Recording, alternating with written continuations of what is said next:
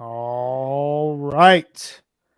It is Monday, right around 4:30 p.m. Eastern Standard Time, which as of last week means one thing and one thing only.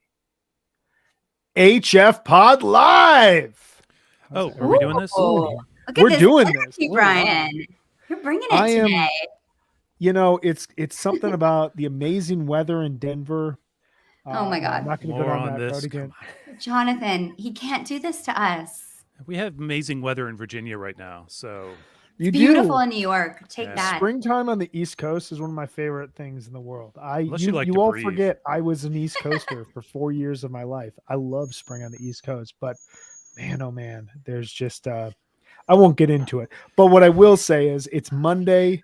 We're talking MSG. We've got Karina Rykman. I mean, I'm just jumping right into it. There's no reason to kind of jump around the bush here. Like we have a great episode here. We've got an awesome week of shows coming up, and we are 9 days. 9 days. Let's say it one more time for everyone in the back row. 9 days. 9 days away from Phish's triumphant return to Madison Square Garden. No one will get trapped on a balcony this time. Fingers Hopefully. crossed. Jams will happen. Fingers crossed. Bust outs may happen. Gags may happen. New Year's Eve may happen in the middle of April. Who knows? It's going to be incredible. There's going to be after parties galore. There's going to be a ton of fun had by all who are there. I've got some of my best friends who are in the venue for that night. Megan will be there as well. Jonathan, I think you and I are taking this in from the couch. Yeah, the couch. Lazy boy, actually. Lazy boy. The lazy boy. That. I'll tell you both, I was offered a ticket about a week and a half ago to go to MSG. Great seats, great spot. Sure, your boss would let you do it. I'm sure my boss let me do it. But as we all know, we all have two bosses in this world. And when you're in a relationship, when you're married, you got to make things work. And I started to weigh out what is better for me. I got these really awesome tickets to Alpine Valley like the week before my son starts first grade. And I was just like, I need as many brownie points as possible to go and see Phish at Alpine Valley from like the fourth row. So that ultimately won over. You got to keep stuff in the bank sometimes. You know, you only live with one of those bosses. So exactly. Yeah. You got to make it work as best as possible. I get it. I'm cashing in a lot next week. A lot. All your chips are going. All my chips.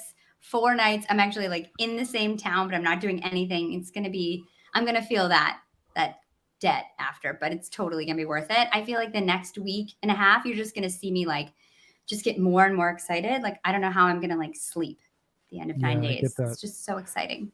Do you get an Airbnb or do you go home for the shows as well? We're going to get a hotel for 2 of the nights, like a crappy hotel. And then we're going to just go home the other 2. Nice. I just can't do the Thursday, Friday morning when my kids are getting ready for school. No.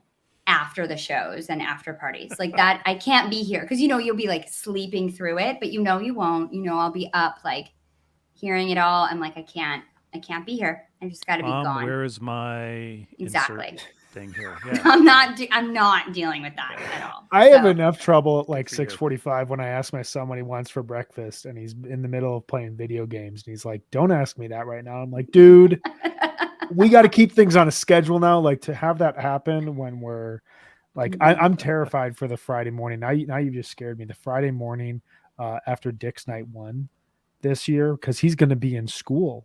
Oh, does he do year-round school or?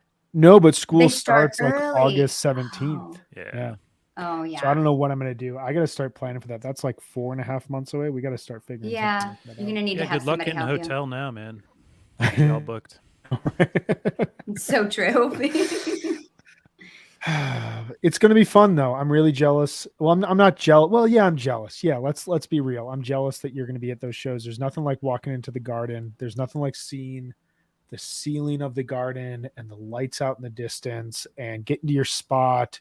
And then the place fills up and there's just a buzz. I've talked about this before. Like I saw Phish at the Forum last fall And there's no buzz pre-show. It's just a very slow, Really? meandering walk into the show. And like by the time the band comes on stage, the venue's like 60% full, and then it's full by the end of the first set. Whereas MSG, like 25, 30 minutes before the band comes on stage, it is like electric. Oh my, All my right. heart's like racing just thinking about it. Y'all are getting ahead of us, though, don't you think? We Maybe are, should that's save right. This is a Yeah. very on topic for We're like jumping once ahead. our guest is here. Yeah. So We're like jumping ahead, think? Yeah. like segments in the show as well as days ahead of the run starting. So we're going to get to our wonderful, amazing, awesome, incredible guest here in 1 minute. Karina Rykman is going to be joining us, bassist extraordinaire, host of Inappropriate Happiness here on Osiris Media. We're going to talk through a ton of stuff, her Soundcheck jam with Phish. We're going to talk through some of her favorite shows that Phish has played at MSG in the last 10, 12 years. Some of her favorite shows she attended, what we all think MSG really means to Phish. This is like kind of kicking off how much we love Phish at MSG. Before we do that, though, Jonathan, are you going to tell us a little bit about our sponsor? I am. Sunset Lake CBD's line of smokable hemp products are for the old deadhead or the young Phish fan searching for a mellow body high. Smoking CBD has all the benefits of high THC cannabis without the paranoid or anxious side effects. With 9 different strains from this year's harvest, there is something for everyone. The Hawaiian Haze is awesome for an outdoor show, and Cherry Abacus is best for the end of the night. All of the flower is grown, cured, and trimmed by Sunset Lake CBD farmers. Even better, Sunset Lake CBD farm-to-table approach gets you great pricing on premium CBD flower by shipping directly from their farm to your door. I hipped a friend of mine to this stuff, and he's, said he had been smoking a lot and he needed to kind of mellow out, but he really liked to smoke. And I said, well, you should try this. And I gave him our code, and he hit them up, and he got everything. He bought them out, just a little bit of this, the pre-rolls and the flour and the whole thing. And he's I think he's on his 3rd order. He just keeps going back. He really loves them, and just raves about it. And he has always got some with him now, which is good. Keeping his head about himself while keeping himself relaxed. And you can check this out today at sunsetlakecbd.com. Use our coupon code HFPOD for 20% off all products. That's Sunset Lake CBD, farmer owned, Vermont grown. It's a beautiful thing. I just got another order because I rely on it now. It's the best. Yeah, man. All right, should we get to the meat of the show? Let's do it. Yes. All right. Without further ado, Karina Rykman, how are you? Yay. What's up? Hi. Welcome. Hi, everybody. I'm great. How's- How are you? We're doing great. Welcome to HF Pod Live. How's everything going for you? You just got done playing some shows. How are you feeling? I'm feeling worn hard and put away with. No, I feel great. I feel awesome. All is swell. All is swell. Yeah, I had 3 Marco gigs this weekend, and then the week before, I just got back from a month of tour with my band. So it's been like, you're gone for a month, you're back for a week, then you go out again for 3 days, and now I'm like, boom, it's Monday. So I'm great. I'm excellent. I just came back from the studio. I'm working on my record, working on tunes, and I'm so thrilled to be here to chat with you guys. Awesome. Yeah. Are you in like a little bit of a break right now in between? Like, when do you go back out on the road? Well, great question, because it's very topical here. I leave for tour on the 21st. So my goodness. I get one night at MSG, because since this is goodness. the topic du jour, right? I get to go for the first night, right? 420. But that's And great. then- It is great. It's Yeah, all, and you all, get you one. always, I say this all the time. Obviously, I'm a huge fan of the band, and I live and love to do this, but you always rather be playing than attending if you're me. You know what I mean? Any chance you get to play is a chance to play. Like, not even a question about it. You know what I mean? So as much as I'm lamenting, like, oh, wow, I won't be with all my friends, like, and I live walking distance to the garden. So like, we host people, and it's a whole production over here. When Phish plays the garden, it's like, complete insanity in the best way. So there's that element of it. But yeah, my lighting guy, Jeff, we're taking him to the show, right? Me and Jeff in the morning, like 8 a.m. on 421, we'll go and pick up the rental van, come back, load all the gear. My guitar player, my drummer will all meet here, and then we will depart to the great state of Vermont, actually, to the higher ground. Wow. Awesome. So, Cool. a small homage, a small homage to the boys. and yeah, so that's basically the situation with all of that. But I'm wildly excited for 420. Cannot even believe it, And of course, for me, I was ready to go all 4 nights in December. So c'est la vie. It's what happens. It's what happens. But you're a touring musician. These things are beyond your control sometimes. So it is what it is. But yeah, I'm going on tour, opening for Too Many Zoos. You know those guys? Sweet band playing Awesome. all up and down the coast. And then we finish up at 420 Fest. Nice. And I play the 28th. Yeah. So that's sort of the next endeavor. And get like one night at MSG before that. But funnily enough, I am going to MSG tonight to see Portugal the Man. So I'm cool. looking forward to that. Cool. Yeah, I love those guys. And, like you say, Phish obviously inhabits spaces unlike any other band. I think, we can all, I'm among friends here. I can say that, right? Oh, yeah. I feel like you would agree. But, just going to the garden in general is it's like crack for me. It's like my favorite thing to do, and I've seen countless shows beyond Phish there, you know what I mean? And it's just like every time I go, I've seen everything from, Metallica to Ricky Martin, you know what I mean? Like I'm deep. So it's just so great. There's no place like it. It's the world's most famous arena for good reason. And, I look forward to greasing the wheels tonight. I look forward to, you look up at the little Phish banner and you get a good feeling, and it's a good thing. So I'll let you know how that goes. I'll let you know how the building's holding up. It's gonna be great. Yeah, keep it warm for us. Exactly. I was there a month or two ago, like a month and a half ago, I don't know, for Casey Musgraves, which was phenomenal. Oh, wonderful. I want to Yeah, see that's a her. great Was show. it a good show? It was Yeah. that show could have gone on forever, and I would have never left. I thought it was one of the greatest Wow. shows I've ever. I couldn't believe how much I loved it. Really, That's awesome. totally. Yeah, I saw her open for Harry Styles a while back, and I went in Sick. cold. Awesome. I did not really know. I think I'd heard 1 or 2 songs, and I was blown away by that band and her That's sick. performance. And She's Harry so was good. really good too. Yeah. Yeah, Totally. Her she, voice is amazing. yeah, she Unbelievable. played.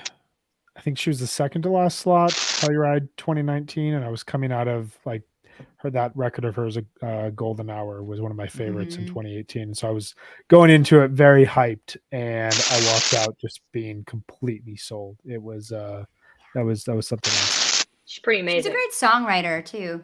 I love her writing. I love, Mhm. and I thought, yeah, I mean, the Golden Hour stuff is so good, but then the next record didn't hit me immediately like the way that one did. But now I'm like, I'm all in. I'm in for the whole package. Love her. She's so That's good. awesome. Totally. But yes, there is nothing like a Phish show at the Garden. And I mean, we're lucky. I just think it's so cool to be able to walk to the Garden in not a huge winter coat.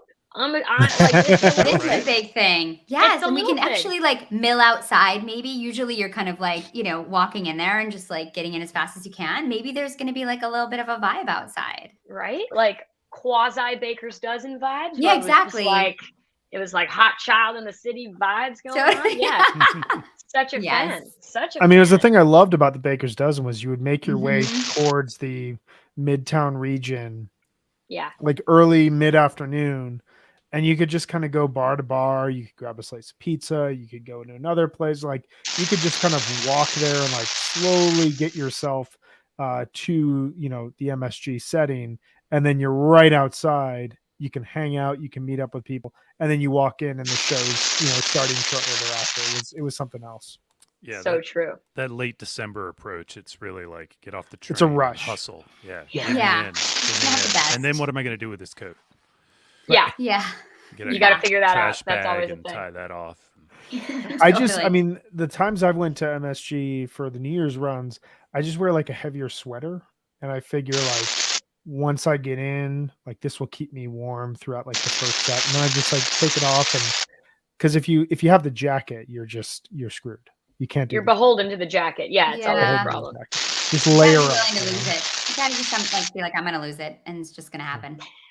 It's a tough thing. These are the things we think about, you know? These are the things. It's crazy. Yeah, I was thinking about like at least in 3.0, right? In my era of show going, you know, like the non times that they've played, the times that they played other than throughout like the New Year's stretch, you know?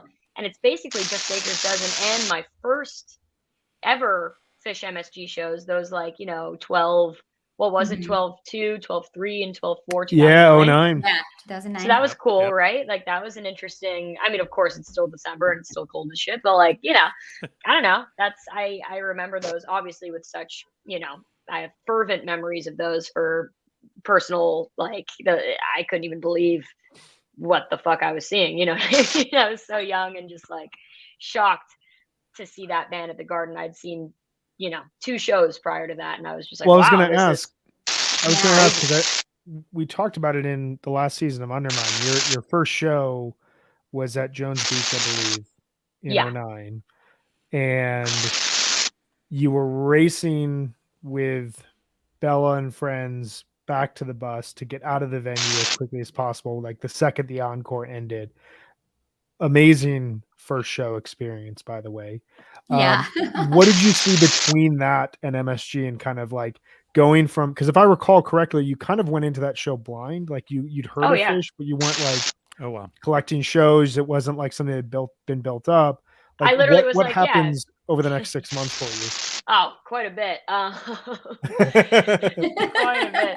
Yeah, no, before that I was just like, wait, your dad's in a band? Oh, right. Like, I think I knew about that, but like barely. And I like went on iTunes and downloaded the Studio, Chalk Dust Torture and Studio, Down with Disease, you know. Didn't like either of them. I was The like, hits. okay, like cool. But I like, you know, any arena rock show. I was always, even at 15, I was good to go. You know what I mean? Yeah. Whatever. So I was of course like, let's do it. And I love the Jones Beach show, but honestly, I loved it for like we're saying, like the experiential level of it was just mind-boggling for me at 15, and like my friends, like my posse. You know what I mean? I was just like, wait, what? Like that tour bus dropped me home that night. You know That's what I mean? Like to amazing. my parents' apartment building. I was like, this is like, my doorman was like, Karina, is this how you ballin' these days? And I was like, I don't know. You know, just shocking, bizarre experiences that like, you know, and of course I like, what? I'm still stunned by all this. And it was raining, and the backstage at Jones Beach is like kind of weird, and like, you know, I couldn't get the music like as much as I did my next show, which was the next week when they took me to Bonnaroo with them. And I was like, Oh, that's cool. oh shit. Like, and I really like there musically, I was like, this is it, you know? And I remember I turned to my friend Isaac, who again, we're all friends with the Anastasio kids and whatever. And he's the co-host of Inappropriate Happiness here on Osiris Media. And I turned to him, and he was deep. Like he knew this music in a big way because his aunt was into it. You know, he came from like yes, we were both friends with the kids, but he was actually deep into it on a musical level well before I was, and well before the band came back, you know, as like a 13, 14-year-old, he was deep. Okay. So I would go to him and I would be like, Isaac, what is this? He's like, oh, it's called Punch You in the Eye. You know, the best version is, you know, from New Year's 95 at the Garden. I was like, oh, cool. This is amazing. You know, and I love that song. And like, and I, you know, when people were clapping during Stash, I'm like, Isaac, what's happening? He was like, oh, it's a song called Stash. You know, everybody knows when to clap. I'm like, how do they know? He's like, they just know. And then Wilson happened. Everybody's saying Wilson, you know. And I'm like, Isaac, what's happening now? You know, he's like, Wilson, you know. I'm like, no, I don't know. What the fuck is going on? I have so much to learn.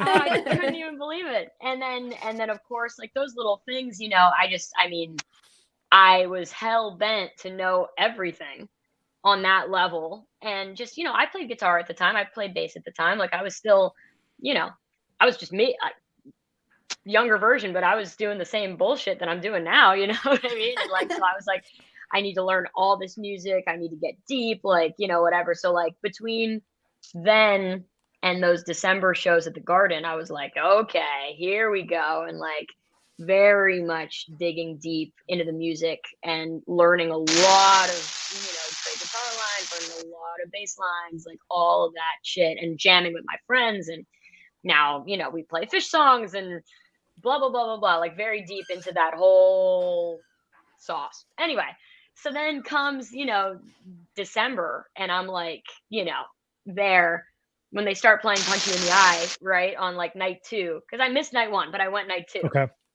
And they start playing Punch You in the Eye. I was like, oh, it's my song, the one from Bonnaroo, the best version is New Year's '95. I've listened to it. You know what I mean? I was like, yeah. And then I didn't know anything about Axela, but like I like anything fucking rocking and upbeat and in your face. Like it was a perfect song for me. You know what I mean? Like fucking first notes. We agree.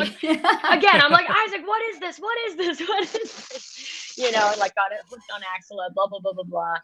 And all of those, like, and then I went that night, and then the following night where they closed with Yem and they did Shine a Light and the whole 9. I was just like, this is the most insane shit. Like it was just, I think that was my first Enjoy Myself, right? And I was like, that was everything ever. Forever. That was it. So anyway, that changed everything. And then of course the next year I'm Hartford and Jones Beach and all of the like traveling to see it, convincing Camden, like the whole 9, like traveling and doing it. And by then I'm like bona fide, so deep. And that's 2010. And then of course Atlantic City the following year, and MSG that year, meaning 2010. 2010 was a good year of seeing Phish for me. So now I'm 16, Isaac's 15. We're all pals and doing this thing and just, hanging around. And then suddenly, like, Trey's kids are like, wait, like you want to like leave the tour bus and like see the show? And we're like, yeah, actually. Yeah. Like definitely. I'm like, they're like, cool, we'll stay here and watch, an episode of Doctor Who or 2. And I'm like, oh, well, see you after. You know what I mean? It was just like, wow, like I fell in love with the music. I couldn't believe that music existed and was there for public consumption. You know what I mean? So anyway, started there. It all started there.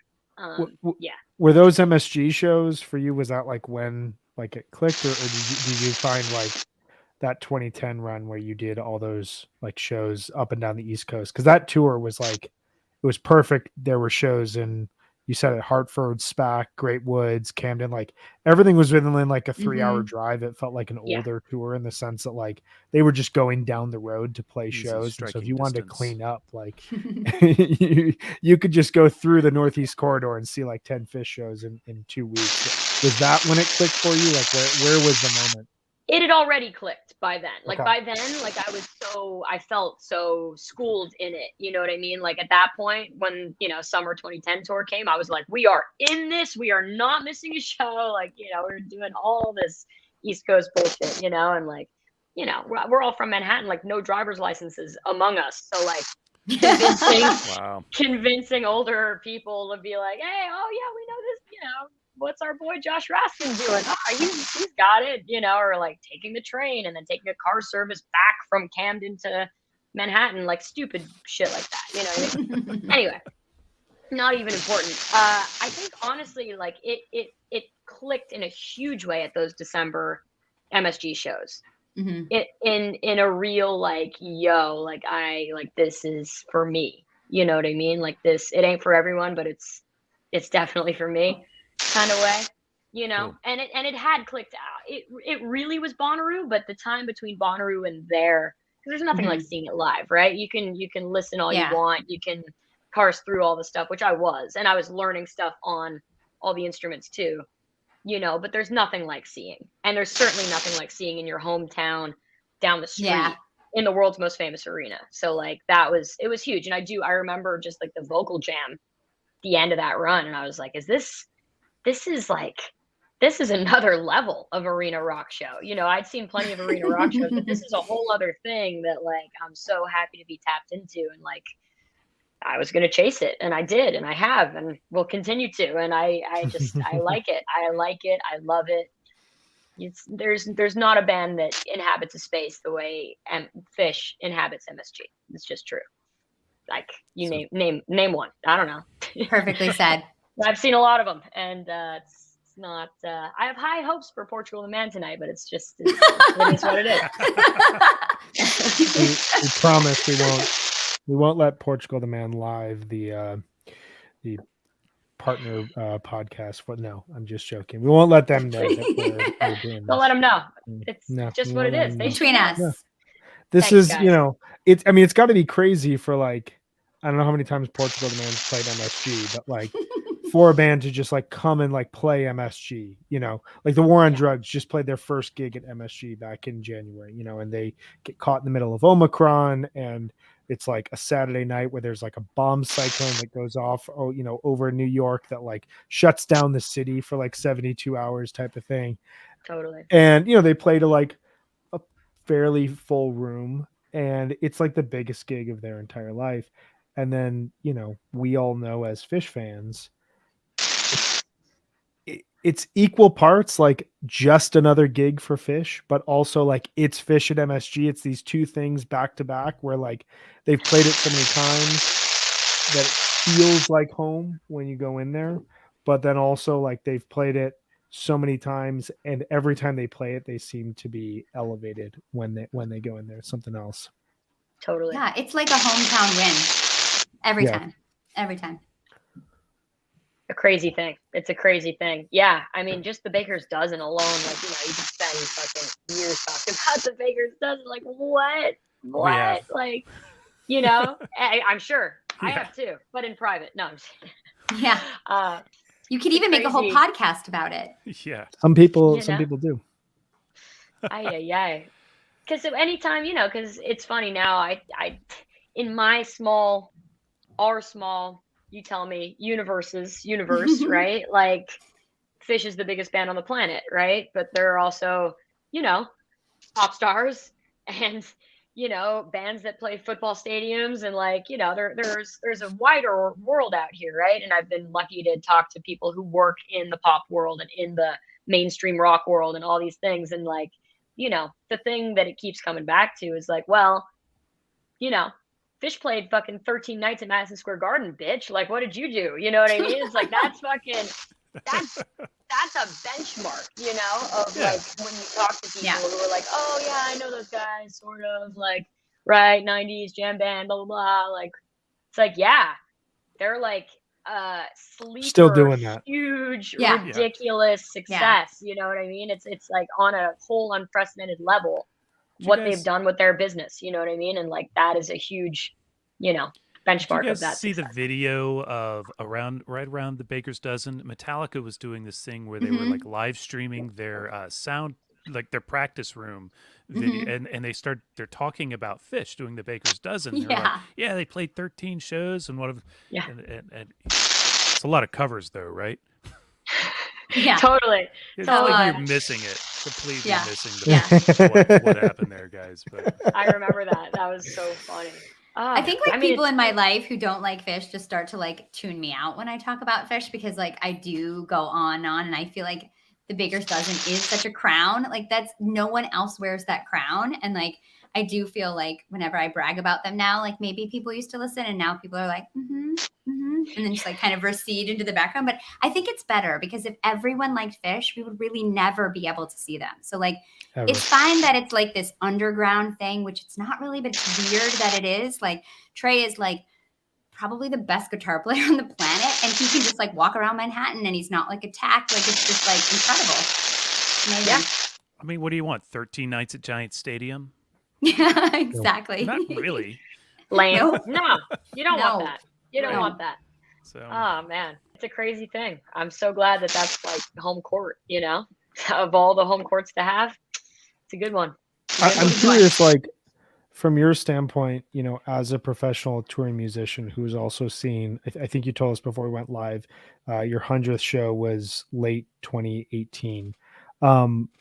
We had a conversation with Chris Pandolfi a couple months ago, and you know, we were talking about an after show that he played post Tahoe 2018, and like the experience that he had watching Phish improvise and watching Phish jam, and then going and doing that himself. I'm curious what that like experience is like for you, because you know, like I I attempt to play guitar in my room, and like I love doing it, but like it's really just for me. Like for me, like Phish is this thing that like I go to, I fully appreciate, I immerse myself in. I'm curious, like for you as a musician, do you ever find it like a hindrance where you're trying to be creative in your own mind, and so like it's having like their music in your head is a hindrance to your creativity, or do you find it like an inspiration, or is it neither of those things and something completely different? Like where does it fall for you, because you're a fan but you're also doing this on your own and you're also pushing yourself creatively in a lot of ways? Sure. Well, the Chris Pandolfi comment is interesting. Like I've been lucky to do the same thing on numerous occasions where you go and see the band and then you play an after show, which now I'm kind of off of that for, I just want to separate myself from it a little bit. Yeah. At first, when like literally I would just get up there and completely improvise. Like we had no songs, no jumping off points, no anything. And like people came to see that, that's like how my band started. But now I'm sort of trying to package it slightly differently. There are songs, it's a whole other situation. So I'm like saying no to those gigs now. But when I used to do them, it was incredible. And I love what it did for my guitar player, Adam November. That was always, it's an interesting thing because I definitely wouldn't call it a hindrance. And especially like if you're putting yourself in like the shoes of 2018 Karina playing completely improvisational music. Like there's no song, zero song, which is like, sweet. That was only going to last so long, but Yeah. let's put yourself there.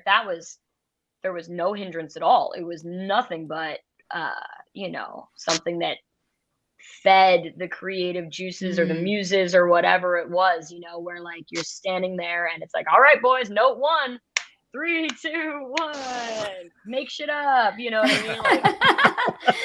Like, and you do that for like 2 hours. You know what I mean? It's like it's not an easy task at all. It's way easier to know what your next note or 700 notes are going to be. You know what I mean? It's like at least I know what I'm doing, as opposed to like, you have to stay creative. And I think, coming off of a Phish show, you're in no better headspace for that, because you just watched 4 people be wildly creative and do things that, your standard run of the mill band isn't doing and isn't trying to do. And, that's part of why I love it. You're seeing these guys and sometimes it falls flatter than you'd like it to, you know what I mean? These jams and stuff like that. You're seeing people searching for something and trying and sometimes failing and sometimes winning huge. And like, that's sort of the push and pull of it for me. That's gravitationally exciting.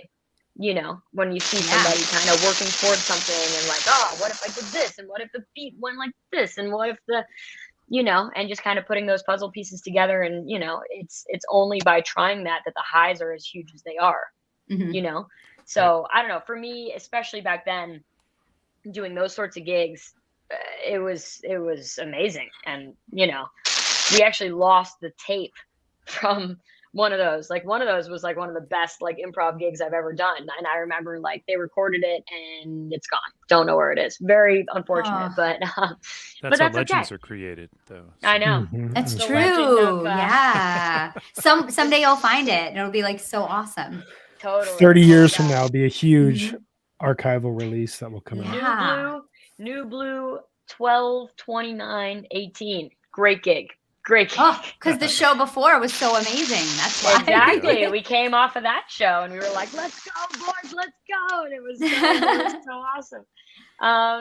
But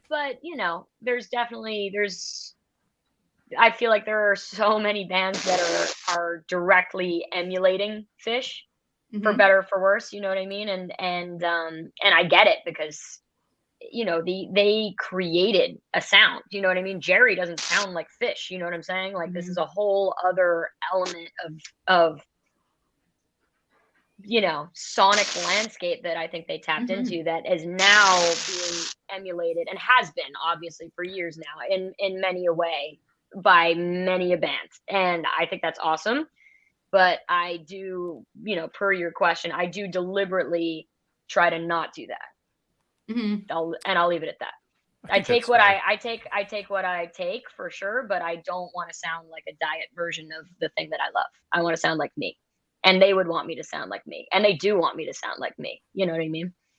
Yeah. So- And Trey went through that too, right? He purposely stopped like listening to Jerry. And I think he definitely made a conscious effort to, you know, attempt to make sure his sound was his own sound and not like his idols.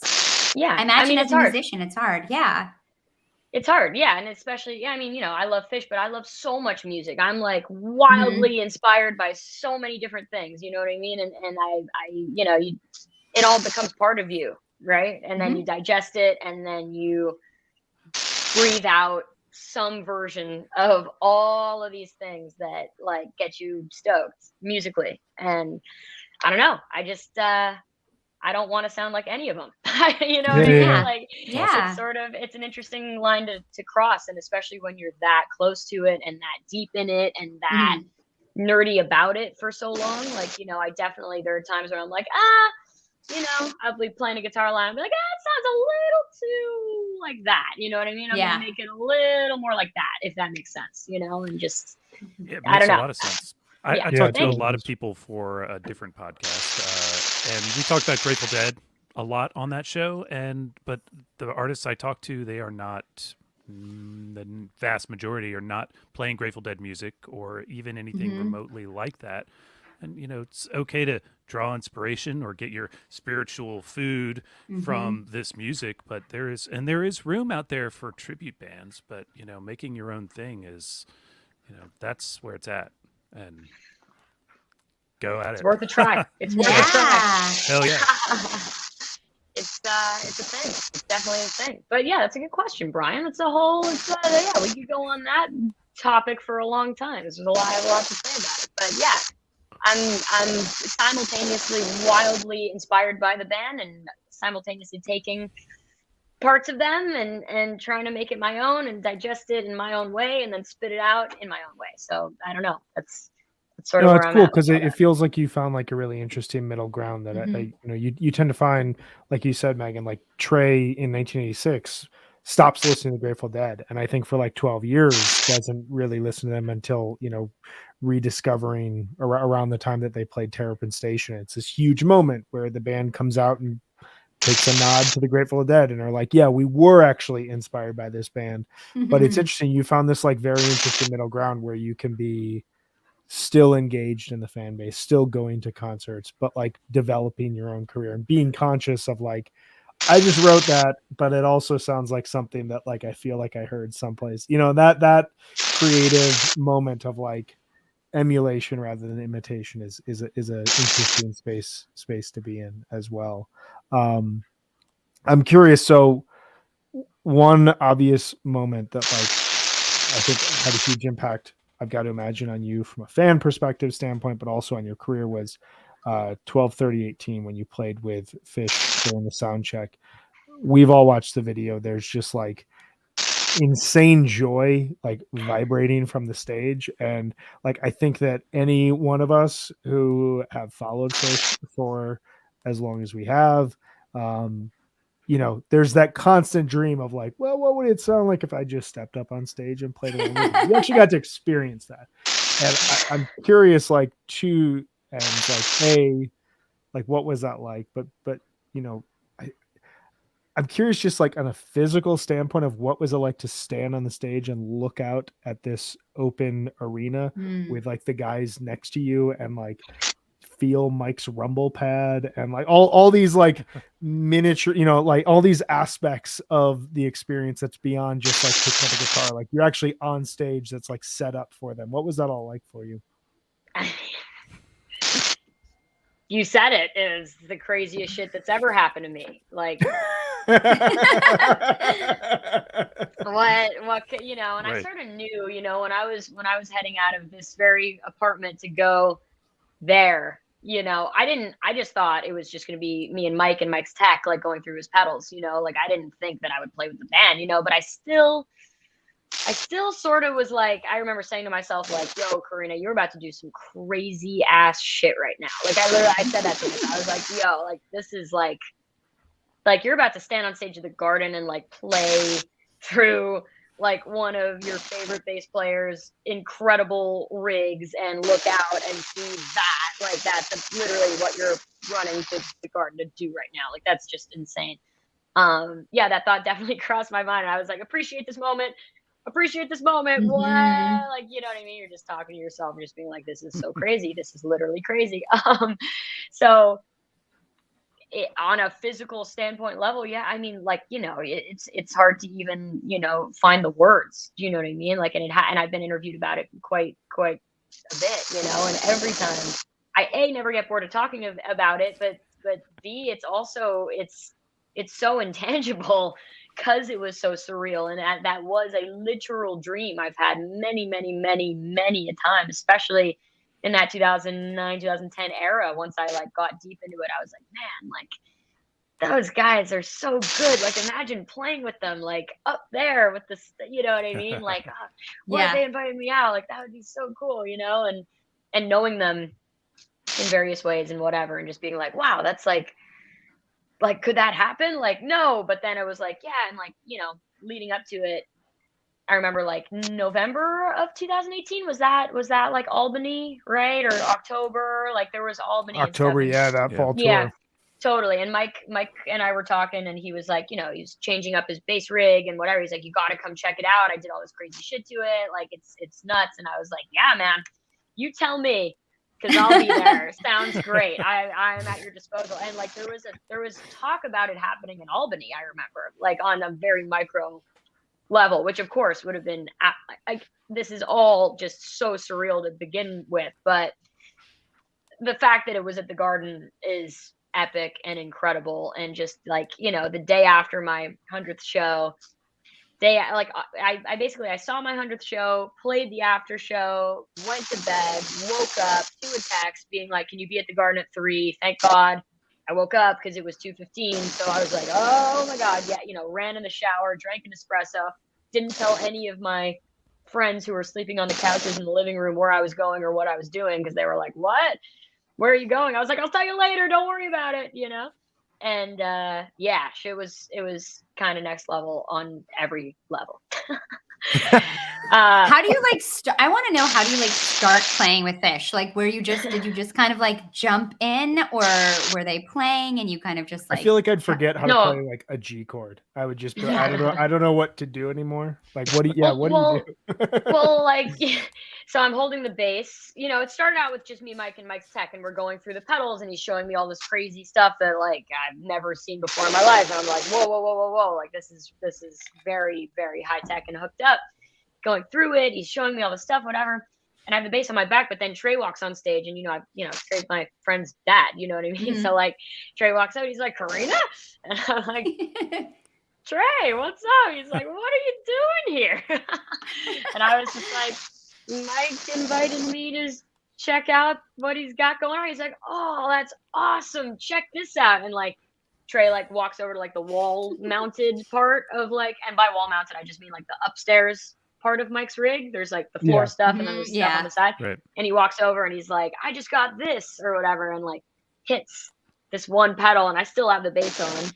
Right. And it's like sweet distortion, like some cool shit was going on. I was like, yeah, this is awesome. Just noodling around. And then Trey just like he's like lights up. He's like, oh, and much like he does, he's like such a, you know, he's that guy. Right. And he runs over to his side of the stage and picks up the guitar. And then within moments, I'm like, oh my God, Fishman's here. Oh my God. And like, you know, like I just started playing like a pentatonic like funk.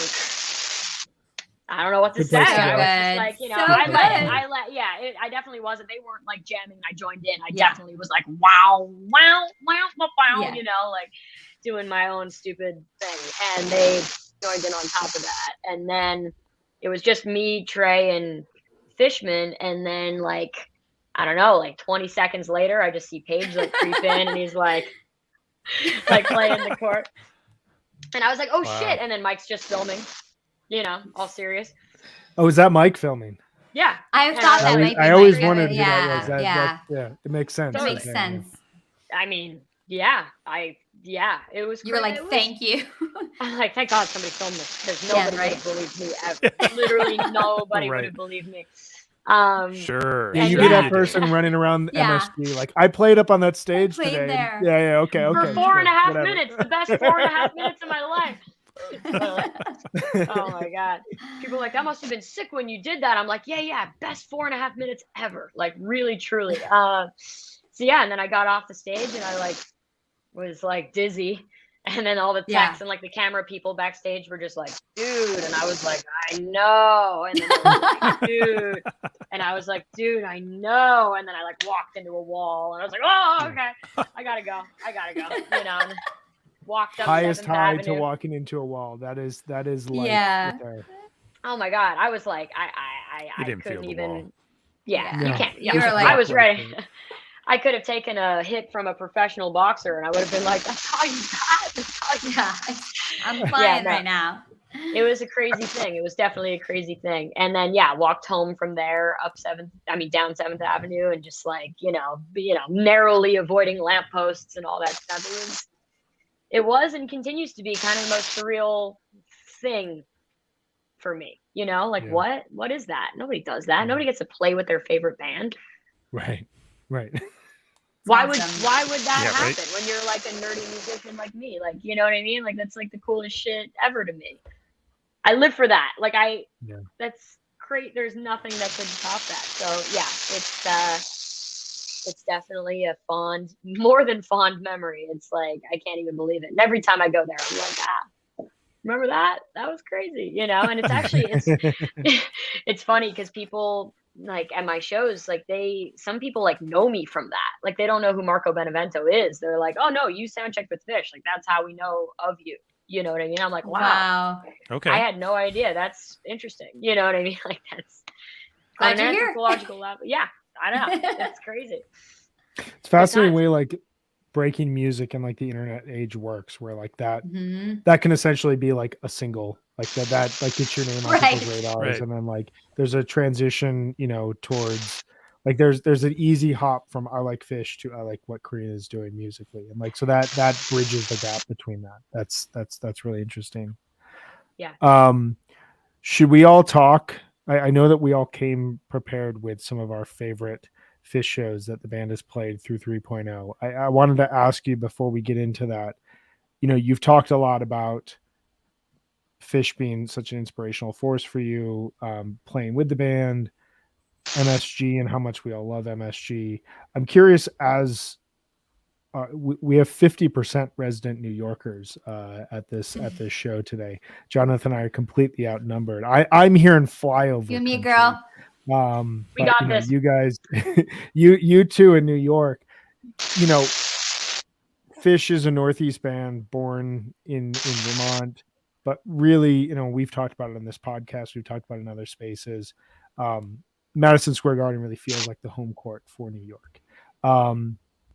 I'm curious, Karina, for you, like as a New Yorker, what is it like to have, Phish, MSG, their home arena essentially, be right down the road for you? And like, how does that affect you when you're planning shows that you should hit up from a touring standpoint? And how, what does it feel like when you like walk by that venue on, I'm guessing, a weekly basis, if not daily, and are like, oh, that is where my favorite band plays? Like, what is it like? What does it mean to you to have MSG be in your town? Well, it's great for me. I mean, it's literally great for me. I mean, I like you say, it's down the road. It's the world's most famous arena. So I feel like, the power of Phish and the power of the arena kind of meet each other and they both bolster each other up, if you know what I mean. Mhm. It's like two huge forces, but like, the fact that is home court for the band and that is the world's most famous arena. These are good things, you know what I mean? And again, like we were talking about, like that just adds legitimacy to this, strange touring force that still is somehow a niche indie cult following. You know what I mean? Like there's something about it where, from both kind of standpoints, they like bolster each other up. Very interesting. It's the best thing it's the best thing ever. It's the best. It's unlike anything else, you know. And it's, again, to just anytime you pass by the Garden, you think of Phish, even if you're going to see the Who, or even if you're going to see, you know, Portugal the Man or whoever it is. You know what I mean? You're like, like this has such a deep meaning for me and for legions of Phish fans among us, including the three of you and everybody watching and everything like that. And it's so cool that is the adopted home. You know what I mean? It could have been anywhere, but that it's the center of the universe in my book. But I'm biased, of course. I am biased, but I think it's the center of the universe. And it's the hole in the donut. It just I wraps think it's around. the hole in the donut. Yeah. I mean, I actually don't think it could be anywhere. Like, I think it has to be New York. Like, it's like, if you can make it there, you can make it anywhere. Like, New York is like, if you That's are a song like, in that. there is. Yeah, there like, is. I think you got some lyrics right there. We got a I'm musician who also can a rewrite lyricist. Yes. I think that, like, it's one of those things, though, if you are an artist and you can conquer New York, then you've achieved it. I mean, we've talked about it a lot, but they've played New York more than anywhere else over 100 times. Like, it's just, it is the biggest piece to get, right? It's like the biggest piece of the pie. So I do feel like it had to be New York and it had to be MSG. That's like saying that that's your residency, that's your Mecca, that's your home. There's something to that. Yeah. I can't, where else would it be, right? Like, where else? There are It's other still venues, but it's still always like, it's such a strange dynamic to me that I absolutely love. But like we've talked about, like Phish has got this kind of indie cult following. Cult I use in quotes, but obviously, like, you know, I know more about Phish than I do about. Yeah, exactly. Say jump, I will say how high, Trey. You know, but like, you know, it's there. Aside from like Rolling Stone and now occasionally Pitchfork, Phish isn't getting written about in major, you know, large scale national music publications. They're getting talked about in like the mainstream media if something crazy happens, and usually not in like a good way, you know, unfortunately. So like they're only kind of percolating into like pop culture if something bigger than the community happens. But at the same time, their home venue is Madison Square Garden. And like there's always such a weird dichotomy, and it hits me every time I see them either in the venue or I'm webcasting. I'm like, most of the country right now just doesn't care. But we've all collectively, outside of the Phish community, agreed that MSG is the world's most famous arena. And when we're here, we're all collectively, you know, as a small community, just enjoying this as though it were a club show. It's such a weird, like, there's so many different levels to it that I absolutely love. I think that Billy Joel agrees about the quality of the arena. And if that doesn't give us, like, you know, mainstream cred, what does? Amen. Right? Yeah. Amen. That's it. totally agree. That's it right there. That's it. I mean, right it's there. a special place. It's a special place. Let's go around. Karina, you are our guest, so I'm going to start with you. You can name one, or you can name more than one. Just give us a run of your favorite MSG shows that Phish has played in the 3.0 era. You got it. You got it. I'm going to give you a couple because it's hard to, you know, take the pressure off of each one of them, you know. And I don't know, shows are, I feel like, subjective in a lot of ways, and they're objective in others. But, you know, when you have a personal thing that like ties you to the moment in a specific way, it's like kind of a thing. So we mentioned my 100th show, right, which is 12/29/2018. That show ripped, guys, and it was epic, right? And that, you know, for me, I'm not saying they played Karina and Karini for me, but I'm not saying they didn't. That was just, I remember literally when they busted into the first set, Karina, and all my friends were like, yo, it's for you. I got like a million texts, and I was like, yeah, like, I'll take it. Totally. I'll take it too. I was excited.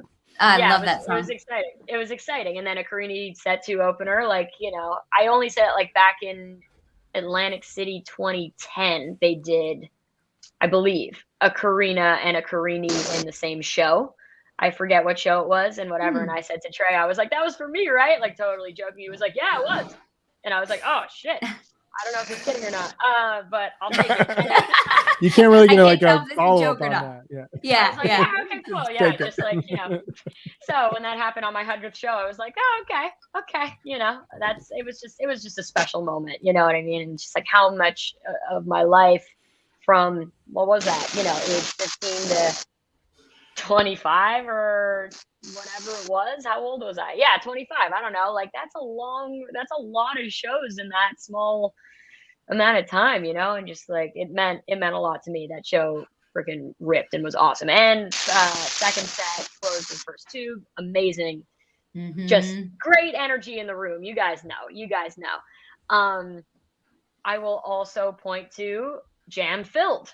I think Jam Filled from the Baker's Dozen is it's a layup call, obviously, but what It's a reason why say? layups are used. Like, there's Am a I reason right? Nobody's why gonna fight Patrick you on Ewing made his money with No. layups in the Garden. Nobody's gonna fight me on that. No, it was a special. I mean, so many of those nights were so good and so special, but that one was just kind of like, oh, yeah, okay, and then of course you're still walking around seeing, is this still Lawn Boy shirts? And like, I think that's just great, like a shirt born of a night that's gonna go down in the history books. I think those two, I'll cap it at those two for now, because they're, I want to hear what you guys have, and I've been talking too much, but those were excellent shows. Thank you. Jamfield's interesting because like Phish is not known for, giving away the secret of what the show's going to be. Like oftentimes the best Phish shows happen when no one's expecting it in kind of out of the way places. It's one thing we've talked about in terms of like why we all love 12:30. It's the night before New Year's Eve. It's not supposed to be the party, but then Phish decides to throw down an all-time show, and it just adds to the lore of it. And they kind of give away, the lead by saying 2 nights ahead of time, Tuesday night's Jam Filled. And I remember going into it thinking like, I don't think like, are they going to be able to deliver? Like they played 3 really good shows, and then to come out and open with Sample and it be this like curveball to your fans. No pun intended with curveballs there, but a curveball to your fans of, I know it's horrible. It's the phrase, but like a curveball to your fans of saying, hey, here's Sample. It's usually a 5-minute opener, and we're gonna jam it. And then it's here's a troll. 3-minute That's song, a troll on and us, we're and gonna we jam deserve it. Total troll.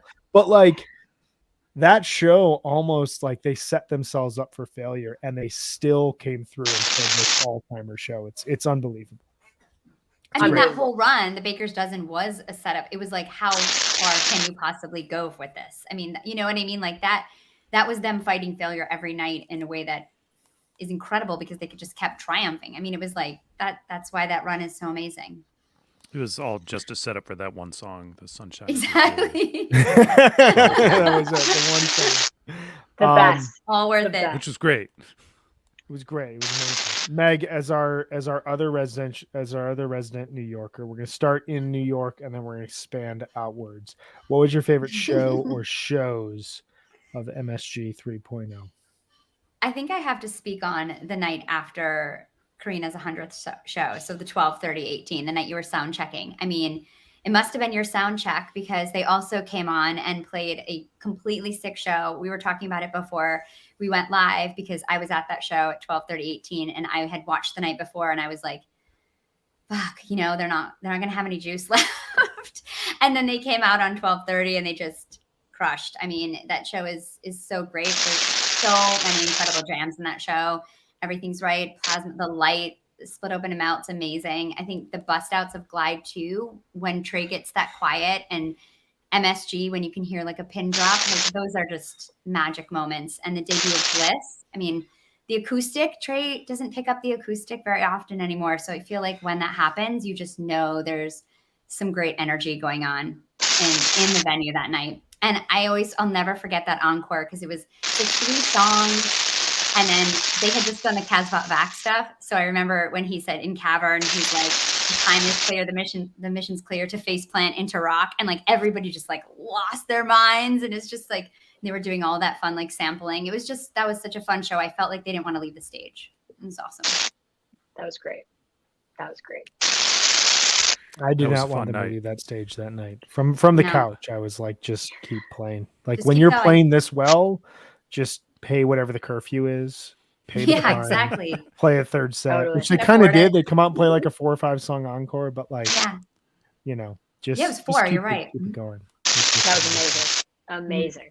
Yeah, I Yeah, was yeah. I was telling everybody before, again, when we were talking about it before the recording, I wasn't there the night before, and my friends told me, "Oh, you missed it. You might as well go home." When I arrived in New York that night on the 30th, and so not only was the 30th great, and I was loving it, but I was also really glad that I was going to be able to go back to the apartment after and tell my friends they were wrong.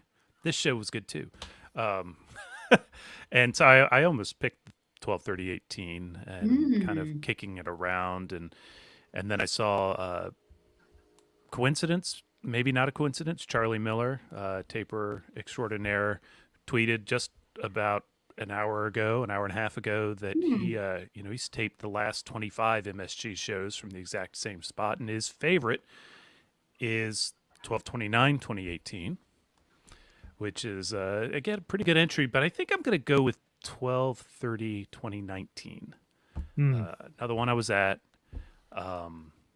and I, for a change, don't mean to knock anybody else's picks. I don't think this is better than anybody else's picks, but I think it's also really good. I had a great time. The tweezer, of course, is huge and amazing. It was my first time seeing Karina in 20 years. I hadn't seen it since Big Cypress. My first ever Karina. Wow. Wow. And yeah, I mean, I could talk on it for a while, but I won't. It's good, and you probably already know it. And if Jonathan, you don't, I why didn't not? pick that one only because I talk about it all the time. You so do. I thought it would be annoying if I picked it. So like I specifically didn't pick it. So thank you, because if it wasn't said, I would have felt like uncomfortable all night. So Oh, thank you. Yeah. Like, I love that like joke. you didn't pick one of your children or something. Yeah. Exactly. Like that's like my favorite kid. So thank you. These are all great picks. I think that recommending these shows to people, you'd get like the meat of what Phish has done really well in the last couple of years, specifically at MSG. I think I would have picked any number of these shows. I think I have 2, if that's okay. Can I have 2? Yes, we're impressed. It's just 2. I'll Actually. allow Well, I have more. I have more, but I'll just go with 2 for right now. Okay, good. I'm gonna go 12/30/16, which is one of my favorite shows I've ever seen. It was the only other New Year's run I saw other than 2012, and I was there for the 29th, 30th, and 31st. 29th and 31st are good shows. I had a good time there, but 12/30 is the night that like everything just comes together. It's like we're talking about with 12/29 and 12/30/18. You just walk into the venue, there's just like a buzz in the air. It just you feel in a totally different way than you would in like a normal Phish show, that like something's elevated. First set's total incredible energy, great song selection, but the second set they come out, they play this just beautiful, blissful version of Tweezer, going to Sparks for the first time since I believe 11/29/96. I could be off by a hair there. I think that was the last No, time it was played before played that. 9/2/2011 prior to Thank you. Oh, you're right. The S show. That was the S show. looking at it. I don't know. But incredibly rare song to hear. They go into my favorite Ghost I've ever seen, where I swear Trey is channeling the wheel, and he's just like playing around with the theme of the wheel. Amazing light that goes into this like faux party time. Like, it is party time, but it's not party time, but it is, but it isn't. It just was one of those shows. I remember like there's a peak in the party time where I was side stage. One of my best friends was like 4 rows in front of me.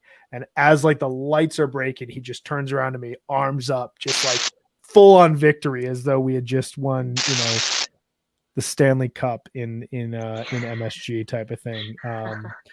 That show, and then Powder Night, 7/26/2017, the night after Jam Filled. It's just for that Powderfinger, though, right? It's just because Great of that. stuff. Yeah, Powderfinger that's is a Pretty good reason.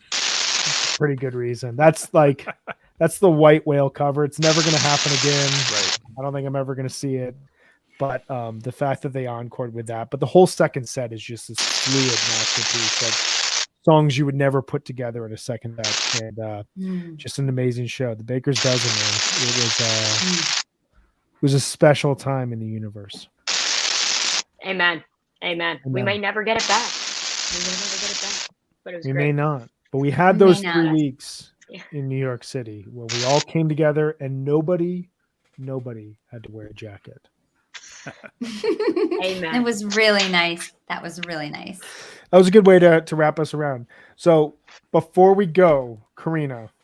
Yes. I want to give you however much time you need to tell the people, because we got a great comment here. Bill Spindler said, "I'm loving this conversation, but I really miss the Relics podcast 3.7 that Karina hosted." Bill, I don't know if you're aware of this. I hope you're still listening, but we've got a Karina every week, every Thursday. I want to give you the platform now to tell us all about Inappropriate Happiness that launched about 3 or 4 weeks ago with you and Isaac. I will say no more. Tell us about this show. Tell us what we can expect. You go. You got it. Bill, I hope you're still out there. Hi, how's it going? I miss 3 from the 7 too, as much as the next guy. But we have the next best thing here on the Osiris Media Network, and it's called Inappropriate Happiness. And it's co-hosted by your girl, me, and my dear friend, Isaac Sloan, who is filling the very hard-to-fill shoes of Rafaela Kenny Sincata, who was my partner in crime for a couple, 2-3 years there on the 3 from the 7, the Relics pod. And, we kind of are picking up where 3 from the 7 left off with plenty of jam band and music adjacent news and all that stuff. It's a 30-minute block of energy and excellent stuff once a week. Comes out on Thursdays, and it's me and Isaac rapping about music and life and general antics and lunacy and what I'm up to, what everybody's up to. Bill, I see you there. I see you. He's going to check it out. That is a live comment. He is convinced. It's the same old me. It's the same old me. I'm just doing the same shit with a new host, and he's my best friend, and he's the greatest dude of all time, and I'm thrilled to share the mic with him, Mr. Isaac Sloan. So that's the new pod. It's the new hot goss. It's the new hot pod, dude. It's great. It's good times, and we're stoked on it. And my friend Brian Brinkman over here receives the files and gives me all of the information that we need to make the podcast happen every single week. So I feel like I'm talking to royalty right now. This is amazing. It's great. Brian's thrilled. the info guy. He's got all the info. He's got it. Brian's got this sweet info, dude. Sweet info. He makes it all happen.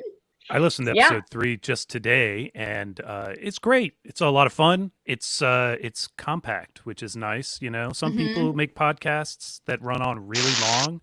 Yours doesn't do that. It's just, but it's good stories. Touched on the Bonnaroo trip that we talked about earlier today. Some other details that were not mentioned today. You guys can hear it all in episode 3. And it's very cool. I plan to keep listening. Thank you. Yeah, me too. It's a great show. Thank you so much, guys. Thank you. I love doing it. It's so fun. It's great. I look forward to episode 4. Episode 4, Bill, I'm going off the rails. You're not gonna even know. It's gonna be so fucking crazy. Lunatic shit. It's gonna be awesome. Can't wait. Lunatic shit. Hashtag lunatic shit. It is, yes, it is a great recap of all the comings and goings of the week. And as Jonathan said, getting it in a 25 to 40 minute little snack is something that is often a challenge in the podcasting world. And Karina and Isaac somehow cover all that ground in a short amount of time. It's fantastic stuff. We love having you both here at Osiris Media, and we love talking with you about Phish. We would love to talk to you about anything in the next coming months. So let's have you back on. You're going to see the 420 show, and then do you have any Phish shows lined up for this summer, or is that it for you so far? Oh yeah, I'll be at all of them. Every one of them. Sweet. That's it. Well, we do recaps the morning after every Phish show, so we will book you down for those. Perfect. For everyone.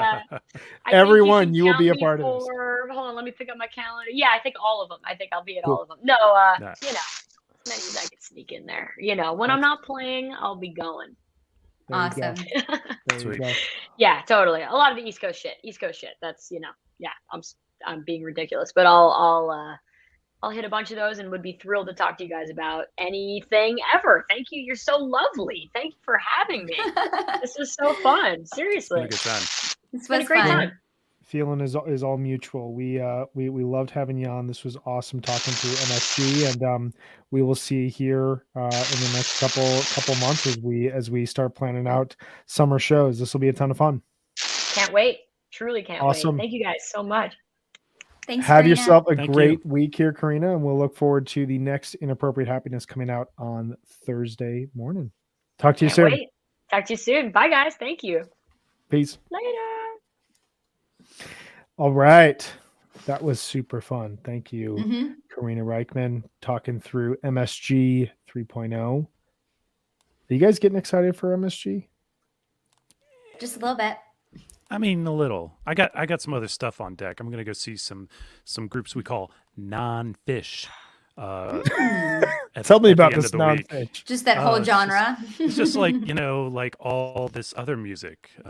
But I could go on at length about it, but people just should check out my my other podcast next episode, which will come out eventually, where I will fill everybody in on all of the things that I see nice. at the Three Lobed Fest in Durham, Oh, North awesome. Carolina this weekend. Cool. That's going to Very be nice. fun. And you'll have nice weather probably because it's nice in North Carolina right now. I will. You can It's rub gonna it be in good. Brian's face next week. It'll be Yeah, good. it'll It be is gonna be beautiful. good weather. It's gonna be beautiful. East Coast this time of year is amazing. I am going to see Steve Gunn on Thursday night at my favorite venue in Denver. I have not been to Globe Hall since I think my last show there was Hisco the Messenger in fall 2019, like before the pandemic. And I've never seen Steve Gunn before. As a non-New Yorker, I don't get Steve Gunn concerts every 3 weeks, as most of those amazing people in New York do. But I'm very excited about this. Other You was a top 5 album for me in 2021, and I cannot wait to see what he's like live. He's great. I had a great chat with him on Brokedown Pod a while back. Shameless. Very good dude and very dead vibe. Very good fit. So we will be back on Wednesday. Hope you guys are getting used to this. We're getting great comments. Brian Golenberg's back in the comments section asking, are you guys talking about 1990 again? Brian, we are going back in time once again. I cannot guarantee we have a 90 show on the docket for this week, but I can tell you that we will be talking about spring 1992. And Brian, I did listen to that Harry Hood that you recommended, and it's amazing. We are going to be joined by Benji Eisen, who's going to break down with us April of 1992, which has Amazing month. Amazing month, some Amazing phenomenal month. shows, some phenomenal jams. If you caught our March discussion back in March, we talked through some of the best shows of March 92, what we thought was so great about that month. We're going to be taking that forward here, talking through April. And then next week, we've got some killer stuff as we continue to get ready for MSG, including Jonathan and I diving into a very, very fun song about officers of the law and other fun, amusing anecdotes within Phish We will history. be tackling the Cops theme song, Bad Boys. right. Bye, y'all. See you, John. Bye, Jonathan. With that, I will tell you all about Sunset Lake CBD for a final time. Sunset Lake CBD is a majority employee-owned hemp farm located just outside of Burlington, Vermont. For years, Sunset Lake was a dairy farm producing milk for Ben & Jerry's ice cream. In 2019, they diversified, started growing hemp for CBD. Sunset Lake CBD embraces Vermont's tradition for land stewardship by using sustainable and regenerative farming techniques to build and protect healthy soils. They are 100% pesticide-free. They use minimal tillage. They implement cover crops and crop rotations. And they also serve as a research farm for the University of Vermont's agronomists to study hemp and best inform industry practices. I love Sunset Lake. Jonathan talked about him at the top of the show. Great company from a CBD product standpoint, but also they're very, very clearly doing their best to be an ethical and environmentally friendly, and also, good partner and so on and so forth. Company, amazing place to do business with. We're so thankful to be sponsored by them here at Osiris Media and on HF Pod. Check them out today, sunsetlakecbd.com, and use the coupon code HFPOD for 20% off all products. Again, 20% off all products. There are some great products for you to dip your hands into. Do a test of some of their grass, do a test of their gummies, do a test of their tinctures, their salve, as Jonathan posts on a regular basis here on HF Pod. All great stuff. I get a lot of really bad neck pains for whatever reason. I get some headaches. I don't like to take a lot of ibuprofen, even though it's like what works. I started using the hemp salve on the back of my neck, and it just changes everything. It's amazing. So please check them out. Again, that's sunsetlakecbd.com. Use the coupon code HFPOD for 20% off all orders. Sunset Lake CBD, farmer owned, from high ground. Meg, always a pleasure. I will see you on Wednesday. I can't wait for Wednesday, Brian. It's going to be so fun. It's going to be a deep dive. Yeah, I feel like if people haven't listened to the March episode we did about 92, they should, and then listen to this because it's incredible, the change. I'm just going to stop there, but it's pretty amazing. We're going to put that out as a prep for this, because you're absolutely right. We dove deep into what March 1992 means, and now we're going to do that again here. Yeah. So we will see you all on Wednesday. Everyone have a great start to your week. Enjoy the wonderful weather out there if you're in great places in the country like Colorado. If not, I'm sorry. I will see you all here soon. Bye, everyone.